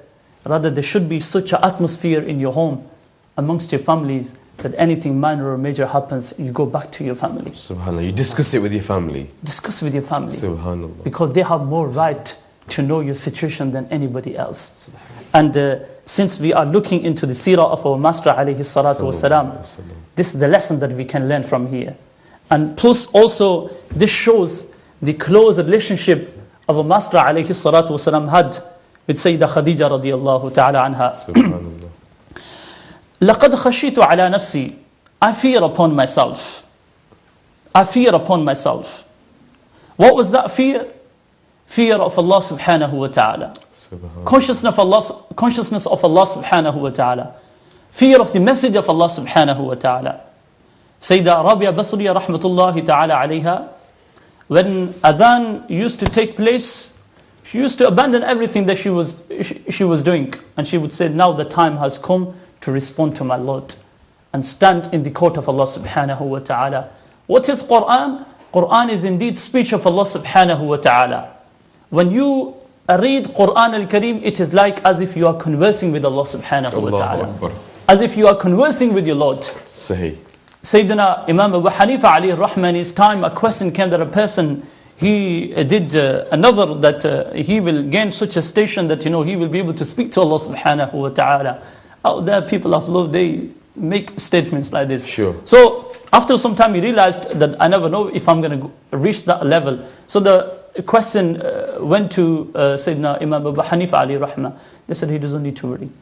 You should make wudu, stand up on musalla, and make the niyyah of 2 rak'ah nafil, and read Quran in it. He is conversing with Allah subhanahu wa ta'ala. He is speaking to Allah subhanahu wa ta'ala. So that message of Allah subhanahu wa ta'ala, khashiyah of what? Fear of what? That message of Allah subhanahu wa ta'ala. Those words of Allah subhanahu wa ta'ala. So they told the entire incident and how they felt and how they basically came across this angel and how they received everything in the Ghar of Hira. And look at the response of Sayyidah Khadija radiallahu ta'ala anha. It was known that our Master alayhi salatu wasalam bringing something important to them, and they are not giving full attention. They are not paying attention. They are not acknowledging the intensity of the matter. Sure. But rather they are saying, Kalla, wallahi ma yukhzika Allahu abada. That sport which a husband needs from a wife. That kind of response which a person needs from his wife in the time of difficulty, say the Khadija, they are giving back that. Subhanallah. The support that they are giving, the assistance they are giving there. And this is the seerah. This is the seerah that applies upon me and everyone. And we need to take lessons from this seerah and we need to implement. The essence of Sharia is that we should not only hear and indulge with just hearing, but we should make a firm intention to act and follow the seerah of our Master alayhi salatu wasalam. Only then we will be able to gain success. Sayyidah Khadija said, Kalla, never. Wallahi ma yukhzika Allahu abada. Allah subhanahu wa ta'ala will not abandon you in this matter. Allah subhanahu wa ta'ala will not place any difficulty upon you. In a sense, Allah subhanahu wa ta'ala is not intending to harm you. This is not a harm for you. إنك لتصل الرحم وتحمل الكل وتكسب المعدوم وتقري الضيف وتعين على نوائب الحق. أخي Ibrar Hussein, in these few words, the life of our Master sallallahu alaihi wasallam can be summarized. Subhanallah. If you want to get a short introduction into the character, manners, attitude, behavior, and the life of our Master alayhi salatu wasalam, what the akhlaq was, what the behavior was, how they were, what was the nature, you look at these few words of Sayyidah Khadija radiallahu ta'ala anha and they will be sufficient for you. They will be sufficient for you to understand the akhlaq of our Master alayhi salatu wasalam, the life principles of our Master alayhi salatu wasalam. She says, إِنَّكَ لَتَصِلُ الرَّحِمِ. Indeed, you are such a man, such a great man who keeps close ties with his relatives. You never break with your relatives. You never distance yourself. You never turn away from your relatives. You keep close ties with them. And indeed, Allah subhanahu wa ta'ala has emphasized in Quran al-Kareem, and this message has been repeatedly mentioned in Quran, that it is from the sign of believers that they keep close ties with their relatives. They do not distance themselves. In this day and age, people are more closer to somebody living on the other side of the earth, and the people which are living inside their own house, their own brothers and sisters, they are strange to each other. Sure. If you want to follow the Messenger of Allah alayhi salatu wasalam, take this. Keep close ties with your relatives. Approach your cousins. Approach your uncles. Approach your brothers and sisters. Get to know them. Spend some time with them. Speak to them. Get to know their problems and issues and try to assist them and try to help them. Second point, وَتَحْمِلُ الْكَلْ. And indeed, you support the people who are very destitute. The people in the society who have no support, who have no assistance, you are there to help them. You are there to assist them. In Medina al-Munawwara, there was a lady which was not fully there in her head, and people would avoid talking to her. People would avoid speaking to her. Everyone she would go to and everyone she would try to speak to, they would turn away from her. One day she came at the door of Masjid al-Nabawi al-Sharif, and she saw our Master alayhi salatu wasalam, and she pointed at them. And she said, I want to speak to you. Our Master alayhi salatu wasalam said, go and speak to me. She said, no, here in front of everyone. You have to come out and speak to me in private. I want to speak to you separately. Our Master alayhi salatu wasalam went out from that gathering and started walking with her. She took our Master alayhi salatu wasalam away from Masjid al-Sharif, out in a field under a very heat of the sun, and over there our Master alayhi salatu wasalam sitting and listening to her, and she carried on and she carried on, and all the Sahaba al-Kiram, they are at a distance looking at this, and from inside they are thinking that why she is troubling the Messenger of Allah alayhi salatu wasalam, but meantime they couldn't say anything to the Prophet of Allah alayhi salatu wasalam, because they knew the nature, they knew the way of dealing with things of our Master alayhi salatu wasalam. After taking some time, she finished with our Master alayhi salatu wasalam, and our Prophet of Allah alayhi salatu wasalam returned back to the Sahaba, and they said, Ya Rasulullah, she's a crazy woman, she's a mental woman, people don't speak to her, they turn her away, and she took so much precious time of your life, and nobody speaks to her. Our Master alayhi salatu wasalam said, nobody speaks to her.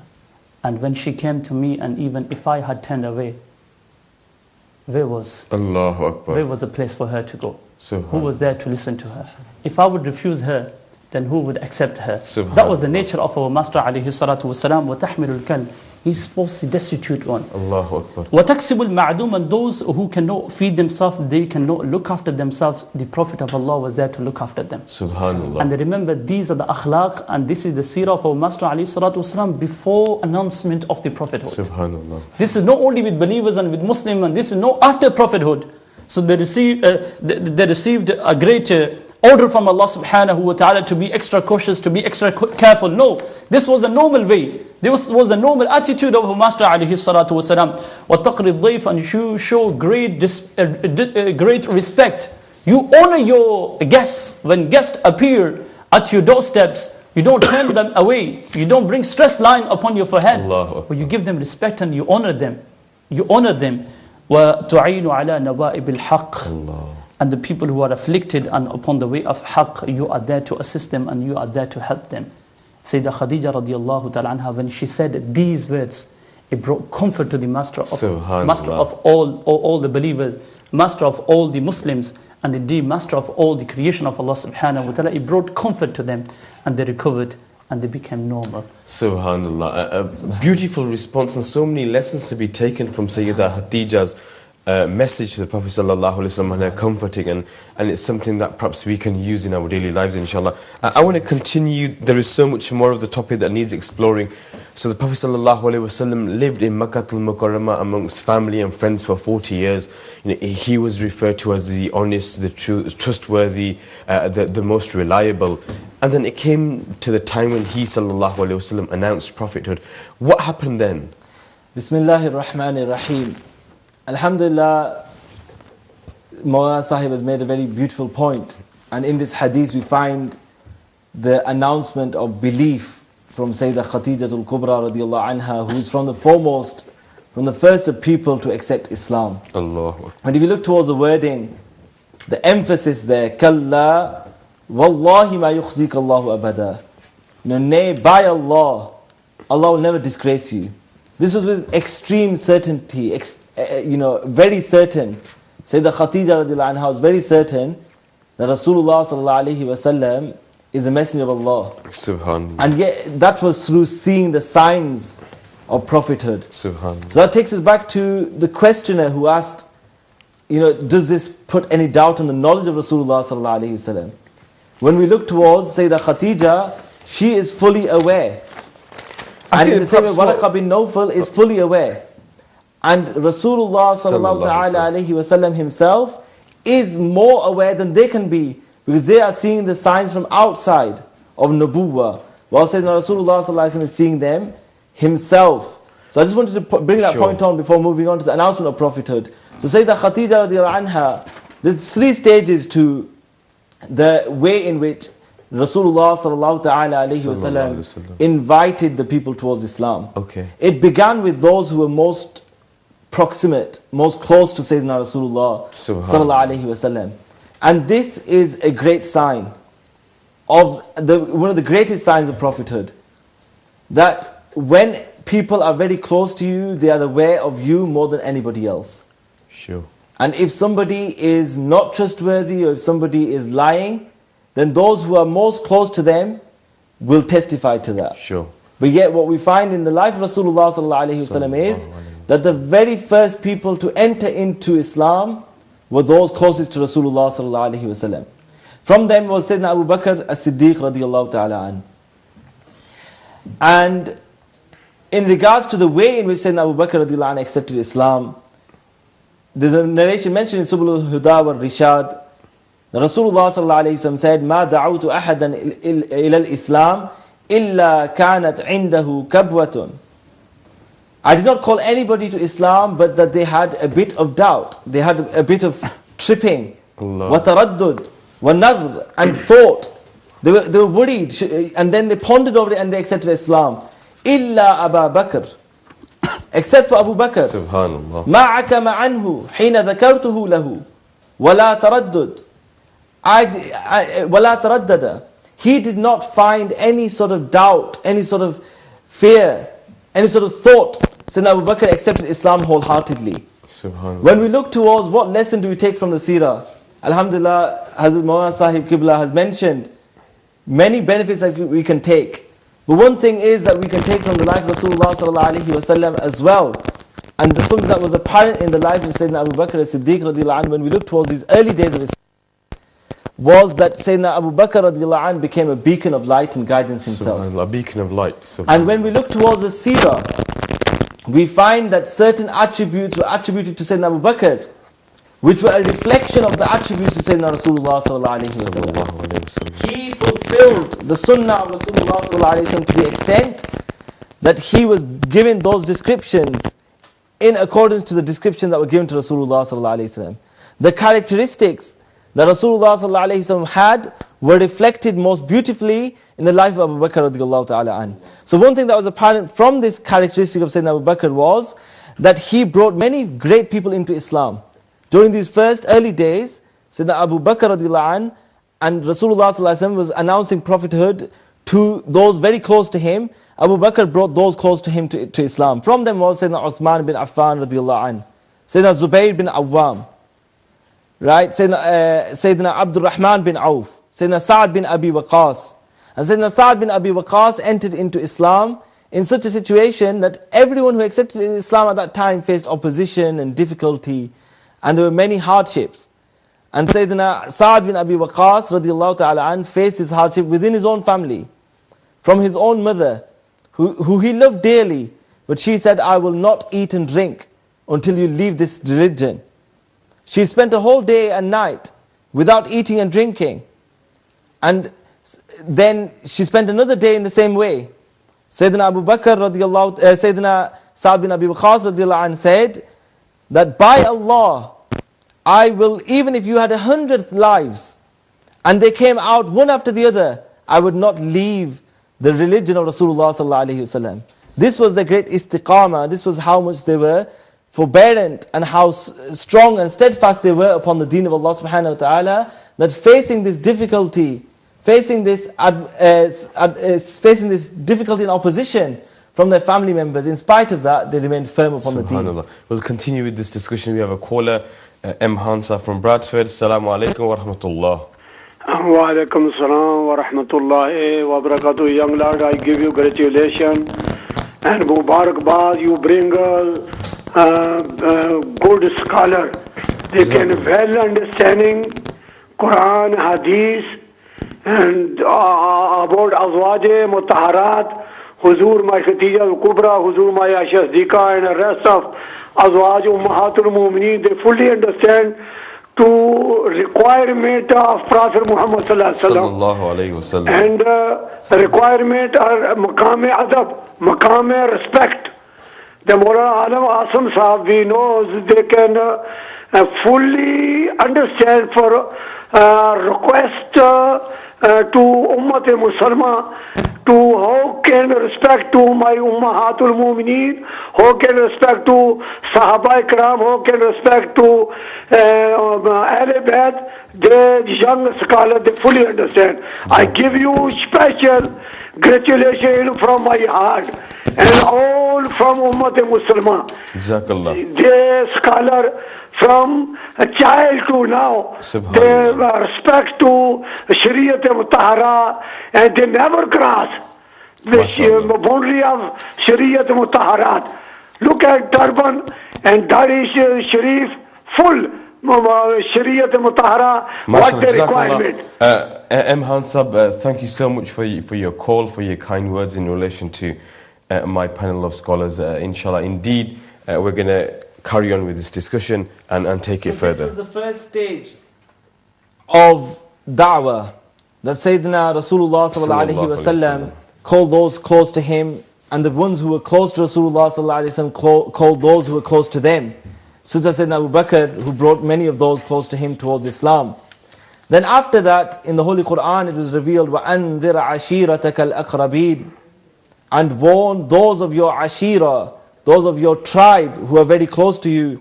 Rasulullah sallallahu ta'ala alayhi wasallam invited his family in a beautiful way, and he called them all on the Mount of Safa. He called them and he said to them that, oh family, I am calling you to Islam.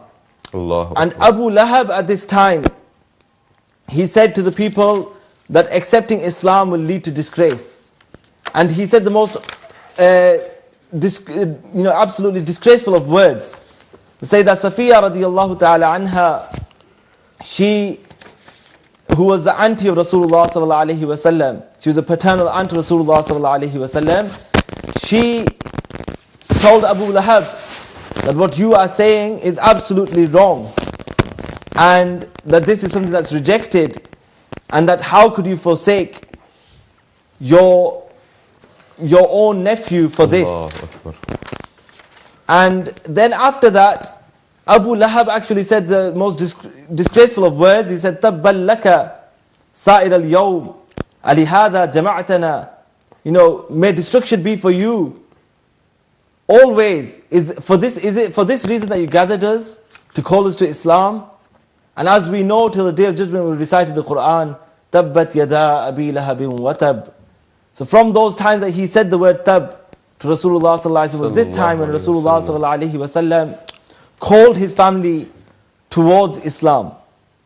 And then the third stage of the da'wah, the third stage of calling to Islam, was where there was open to all people.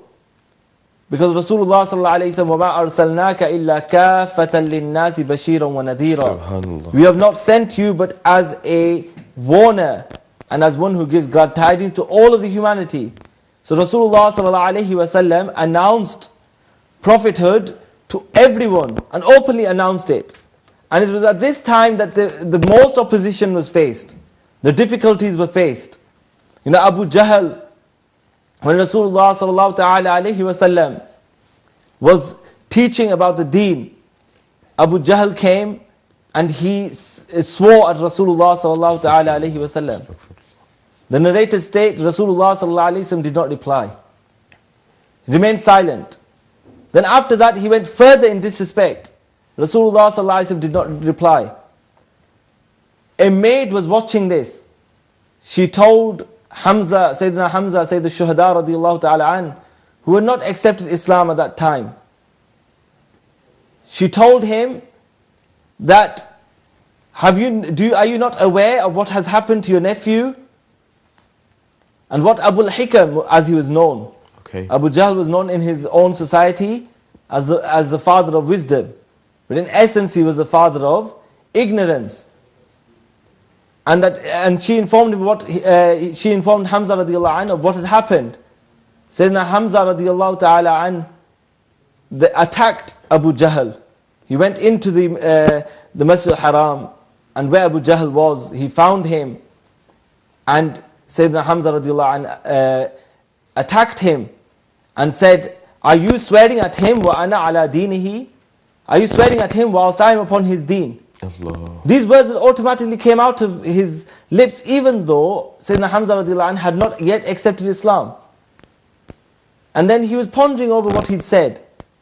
But as he spent the night pondering, the following morning he went to Rasulullah sallallahu ta'ala alayhi wa sallam, and he told Rasulullah sallallahu alayhi wa sallam of what had happened.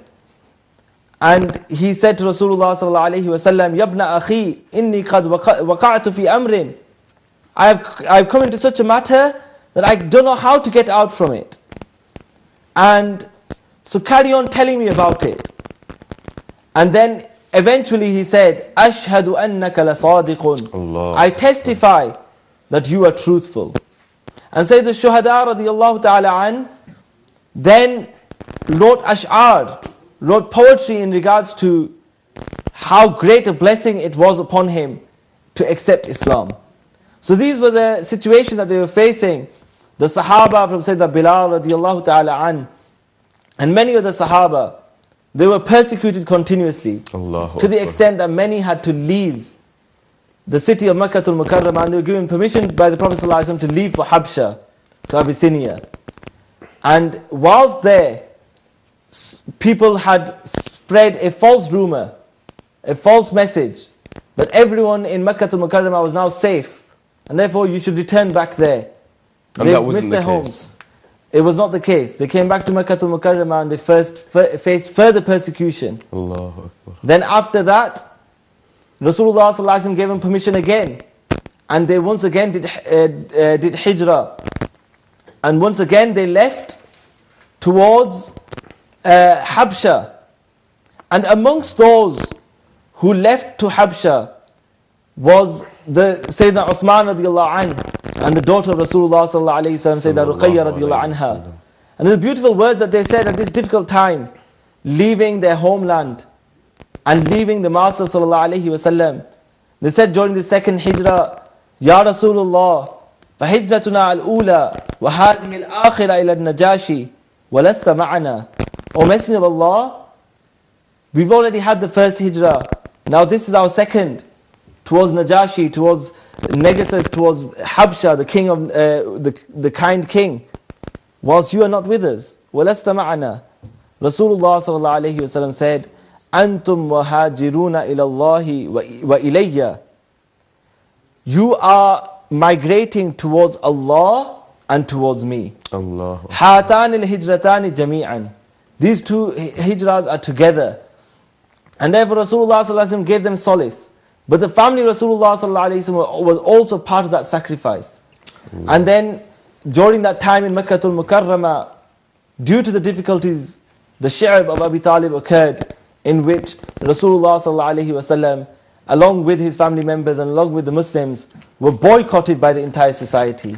So this was the situation after announcement of prophethood. Allah. That extreme difficulties occurred, but yet Islam continued to grow from the proximate people accepting Islam towards people from the wider society understanding the truth of Islam. MashaAllah. And people from outer society, out of the land of Makkah al-Mukarramah, who were awaiting the arrival of Rasulullah sallallahu alayhi wa Sallallahu alayhi sallam, wa sallam. arriving and accepting and entering into the folds of Islam. Subhanallah. Allama Sahib, I want to continue with this journey and move on to the migration to Madinatul Munawwara.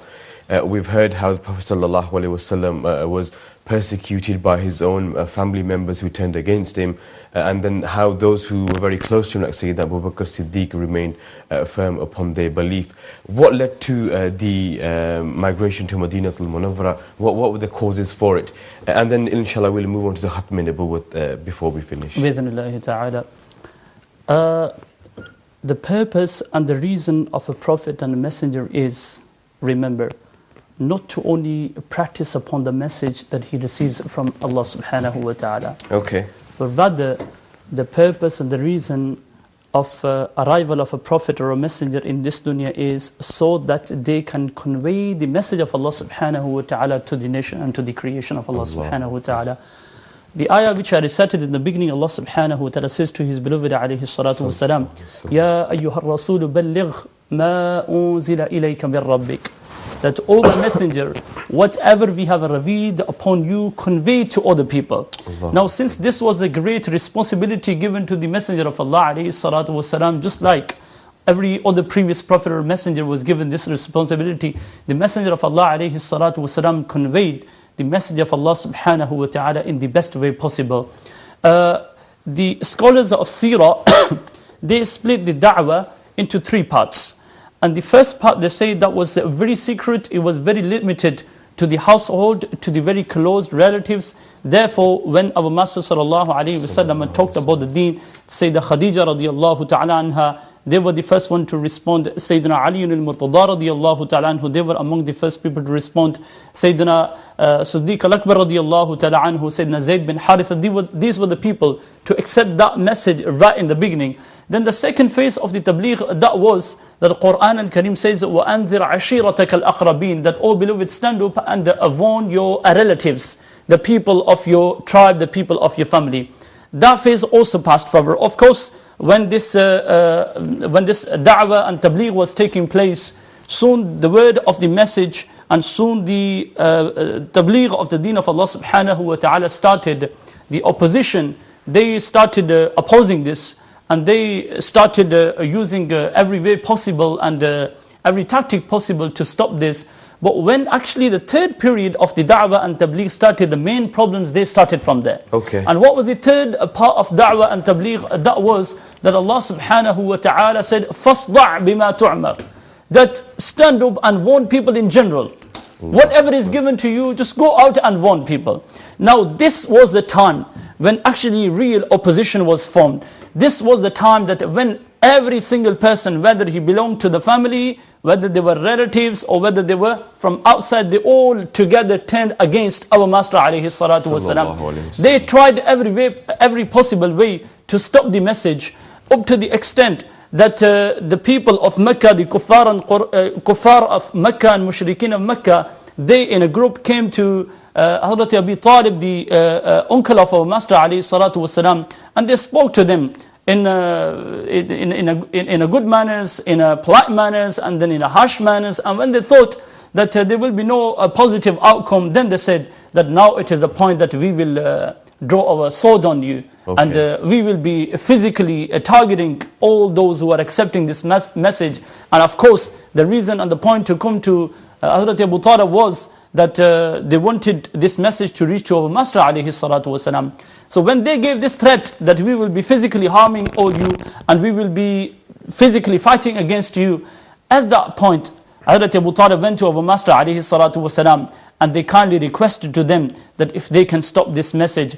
And the response from our Master alayhi salatu wasalam, that is the inspiration for every single believer, Muslim, male or female, at this very moment time, standing upon this face of earth and practicing upon the deen of Allah subhanahu wa ta'ala. And not only the believers of this time, but for the people who are yet to come, for the believers and the Muslims who are yet to come, what was the response of our Master alayhi salatu wasalam to that threat of the kuffar of stopping the tabligh of the deen? Our Master alayhi salatu wasalam said, if they bring down the sun and place upon one of my hands, and if they bring down the moon and place on the other hand, by Allah, I will not stop conveying the deen of Allah subhanahu wa ta'ala. These were the realities. These were the realities which led to the point where believers, they became so tired and they were so oppressed by the people of Mecca, by the mushrikun and kuffar of Mecca. We cannot go into the detail that what kind of persecution and what kind of oppression they carried against believers and against Muslims. But in short, when believers, they were really oppressed, from Allah subhanahu wa ta'ala, the message of migration came. And there are two hijrahs which took place. One was the hijrah towards the Habasha, as the Hazrat has already spoken about that. And that was the hijrah of a very short group of believers. They went and after some time they came back. But the second hijrah, in which our Master alayhi salatu wasalam also took the part in, which we are talking about now, that is that when kuffar went to the extreme length, to the extreme extent to stop the message, to indeed they had the prohibition upon believers to come down in the house of Allah subhanahu wa ta'ala, and stopping believers from praying and from doing ibadah to Allah subhanahu wa ta'ala. There's a famous incident when our Master alayhi salatu wasalam, they are praying in Makkah al-Mukarramah, in Masjid al-Haram. Then the kuffar are approaching and they are approaching them and they are throwing all sorts upon them. Allah. Famous incident. These were the issues and these were the actually incidents which led to the migration towards Medina al-Munawwara. And just prior to this second migration, second hijrah to Medina al-Munawwara, one day even Sayyidina Abu Bakr as-Siddiq radiyallahu ta'ala anhu, they approached our Master alayhi salatu wasalam, and they mentioned their difficulties and problems of living in Mecca and seeking permission to do hijrah, not towards Medina but rather towards the Habasha. Our Master alayhi salatu wasalam said, if you wait for the message of Allah subhanahu wa ta'ala, we will get permission from Allah subhanahu wa ta'ala to move and migrate from here. Till the time came when the Prophet of Allah alayhi salatu wasalam, they received a hukm from Allah subhanahu wa ta'ala, permission from Allah subhanahu wa ta'ala to migrate. And when first time Sayyidina Abu Bakr as-Siddiq spoke to our Master alayhi salatu wasalam seeking permission for hijrah, for migration, and our Master alayhi salatu wasalam saying to them that we will get permission from Allah subhanahu wa ta'ala, that was an indication for Sayyidina Abu Bakr as-Siddiq radiyallahu ta'ala anhu to prepare for the migration, for the hijrah. Sayyidina Abu Bakr as-Siddiq radiyallahu ta'ala anhu, they said that when I heard this, I went and I bought 2 camels and I began to prepare them.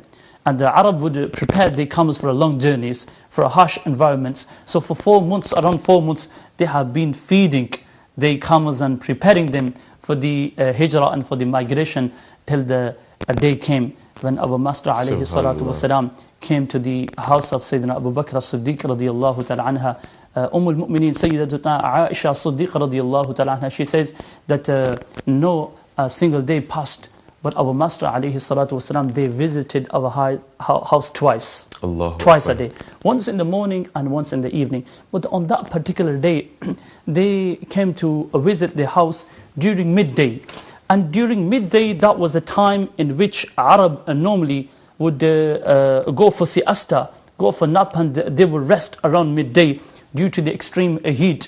And our Master alayhi salatu wasalam coming to the house of Sayyidina Abu Bakr as-Siddiq radiyallahu ta'ala anhu, at that time, it was kind of little alarming for the family. Okay. Sayyidah Aisha Siddiqa radiyallahu ta'ala anha, she said, our Master alayhi salatu wasalam came and entered the house, and they called my father Abu Bakr as-Siddiq, and they said to them that, Ya Abu Bakr, we got the permission from Allah subhanahu wa ta'ala for hijrah. And Sayyidina Abu Bakr as-Siddiq said, Bi abi anta wa ummi, my father and mother be sacrificed upon you, as-suhba, companionship. Am I allowed to accompany you? Subhanallah. Am I allowed to follow you? Am I allowed to assist you and serve you? Sayyidina Abu Bakr as-Siddiq radiyallahu ta'ala anhu, when they said this, our Master alayhi salatu wasalam, they accepted that. They accepted that, and they said, of course you will be accompanying me. Upon hearing this, Sayyidina Abu Bakr as-Siddiq, out of happiness, they began to cry. And Sayyidina Aisha said, Sayyidina Aisha Siddiqa, that I would hear people cry out of happiness. But that was the first time that I witnessed that people do cry out of happiness. Out of happiness. Allahu Akbar. And that was the beginning of hijrah Subhanallah. towards Medina al-Munawwarah. And I must have no doubt there's so many more elements of this that we can explore. Unfortunately, time's against us. We're in the last 5 minutes or so of the show, and I want both of my guest scholars to speak about the Prophet ﷺ being the final prophet, the seal of prophet. So perhaps a few sentences each from both scholars, inshallah, before we conclude. Inshallah. Bismillahir Rahmanir Rahim. In regards to the Prophet ﷺ being the seal of prophets, I just wanted to mention the words of Imam Ahl Sunnah, Imam Ahmad Rida alayhi rahmatu ridwan, in his thesis in regards to the Khatmun Nabuwah of the Prophet ﷺ, Al-Mubin Khatmun Nabiyyin, Subhanallah. in which he said that the Prophet ﷺ being the last prophet, i.e. being the very final prophet to come, and the final messenger to come, is from the daruriyat of the deen, is from the essentialities of the deen, Allahu Akbar. such that there is no room for any interpretation in regards to this, and there is no room to say that there's a specific meaning here. Rather, this is clear that the Prophet ﷺ is the final prophet, because the Holy Quran itself announces وَلَكِنْ رَسُولَ اللَّهِ وَخَاتَمَ النَّبِيِّينَ, but he is a messenger of Allah and he is the seal of the prophets. And in the hadith, which is mutawatir, meaning it is mass transmitted, the Prophet ﷺ said, La nabiyya ba'di, there is no prophet after me. This is very clear. What does Khatmun Nabuwah mean? Okay. It means that the Prophet ﷺ, the seal of the prophets, is he after whom there is no prophet. And in the Fatawa, it is mentioned that if a person did not know, such as Al-Ashbah wal-Nadha'ir, as well as Al-Fatawa al-Hindiyya is mentioned, if it's a person who does not know that the Prophet ﷺ is the final prophet, then he is not a Muslim. Because Akbar. this is from the daruriyat, meaning from those things that every single Muslim should know them. Okay. So it's a very important thing to know. And the Prophet ﷺ warned about those Dajjals, that those people who would come and who would claim to be prophets after him sallallahu ta'ala alayhi wa sallam. In regards to Sayyidina Isa alayhi salatu wa salam, it should be made clear, there's Aqidah of Ahlul Sunnati wal Jama'ah, that Sayyidina Isa alayhi salatu wa salam will come down. This Aqidah is that the Nabuwah of Sayyidina Isa alayhi salam is not removed from him. However, the Prophet Isa alayhi salam's Nabuwah, his teaching of his prophethood, and his spreading the laws according to the prophethood has already been before the time of Rasulullah sallallahu alayhi wa sallam. At this moment in time, Sayyidina Isa alayhi salatu was salam, when he comes down, he will come down as a follower of the Sharia of Rasulullah sallallahu ta'ala alayhi wa sallam. If being alive is something that would negate the Prophet sallallahu alayhi wa sallam being last prophet just because Sayyidina Isa is alive, then it should be known that the Aqidah of Ahlul Sunnah wal Jama'ah, proven from the Ahadith, is that the prophets are all alive. Okay. The hadith states, Al-Anbiya ahya'un fi quburihim yusallun. The Anbiya are alive. And therefore, just because they are alive does not mean that negates the Prophet being the last, because the last messenger of Allah sallallahu alayhi wasallam to come on this earth and whose Sharia is established. After him, no new Prophet will come, is Sayyidina Rasulullah sallallahu alayhi wasallam. And this is essential teaching of Islam, and we should be very wary and very much aware that anyone who claims that there is a possibility of another Prophet coming after, or who states that there was a Prophet after, then they should know that this belief is out of the folds of Islam. Okay. A lot of people are aware of those who claim prophethood, but they're not aware of those who wrote in their books, such as Qasim Nanotwi, who wrote in his book Tahzirun Nas, that if a prophet was to come after the Prophet Muhammad sallallahu alaihi wasallam, it would not have any effect upon the Khatm al-Nubuwah. Okay. These beliefs are also from those beliefs which are out of the folds of Islam. Okay, mashallah. Allama Sahib, in relation to Khatm al-Nubuwah, your remarks. Akhi, to prove something or to disapprove something, there are four sources out there, which are known as Adillah to Shar'iyya. First is Kitabullah, Book of Allah subhanahu wa ta'ala. Second is Sunnah to Rasulullah, the Sunnah of our Master alayhi salatu wasalam. The third thing is Ijma' al-Ummah. And the fourth thing is Al-Qiyas. Looking at all of those sources, you can prove the Khatm al-Nubuwah. Khatm al-Nubuwah is not something which is proven from one source, but from all those forces which are out there to prove or disapprove something. Second thing is that the seal of prophethood, the Khatm al-Nubuwah of our Master alayhi salatu wasalam, it's indeed very important to know because of two reasons. First thing, as the Hazrat said, that this is from Daruriyat ad-Din, these are from essentials, creed and essentials, part of our deen. If one person doesn't believe in this, he is out of the folds of Islam, he is not a Muslim anymore. And the second thing is that our Master alayhi salatu wasalam already informed us that there will be people who will claim to be a prophet. And that Hazrat Sawban radiyallahu ta'ala anhu says that our Master alayhi salatu wasalam said, إنه سيكون في أمتي 30 كذابون كلهم يزعم أنه نبي وأنا خاتم النبيين لا نبي بعدي. This is the hadith narrated by Imam Tirmidhi, Hakim, Ahmad and Abi Dawood. And the second hadith which I want to connect with this, that's the hadith of Sayyidina Anas radiyallahu ta'ala anhu. He says in a very clear words that قال عليه الصلاة والسلام, the beloved messenger of Allah عليه الصلاة والسلام said, إن الرسالة والنبوة, both things, the messengerhood and the prophethood قد انقطعت, it stopped. فلا رسول بعدي ولا نبي, and after me there will be no a Rasul coming, and after me there will be no prophet coming. Allah. I am the seal of the messengerhood and I am the seal of the prophethood. And this hadith is narrated by Imam Ahmad in his Musnad, by Imam Hakim in his Mustadrak, and by Imam At-Tirmidhi in his Sunan.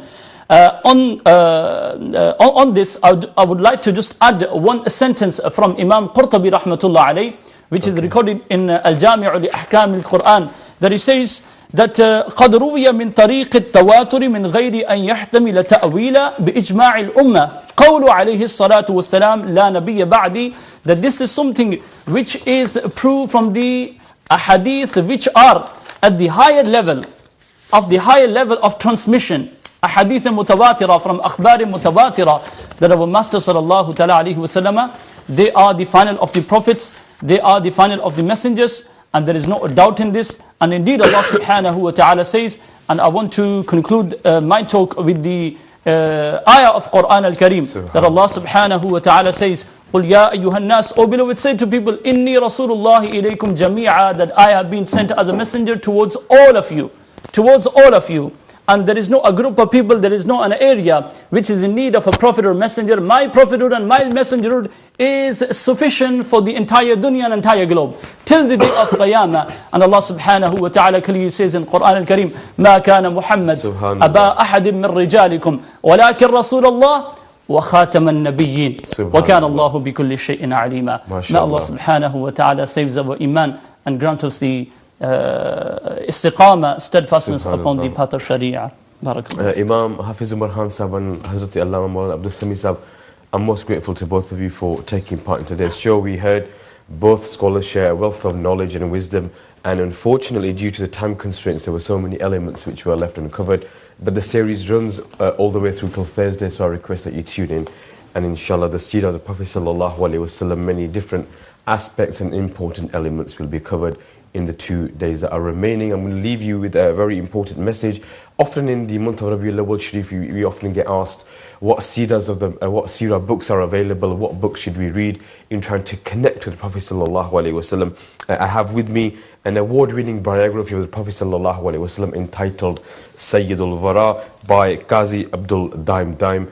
It's been translated into English. It's readily available from Bradford, from Al-Markaz Al-Islami in Bradford. I'll request that everybody obtains a copy. It's a beautiful, succinct copy, and it will give you an insight into the life of the Prophet sallallahu alaihi wasallam. Until next time, assalamu alaikum wa rahmatullahi wa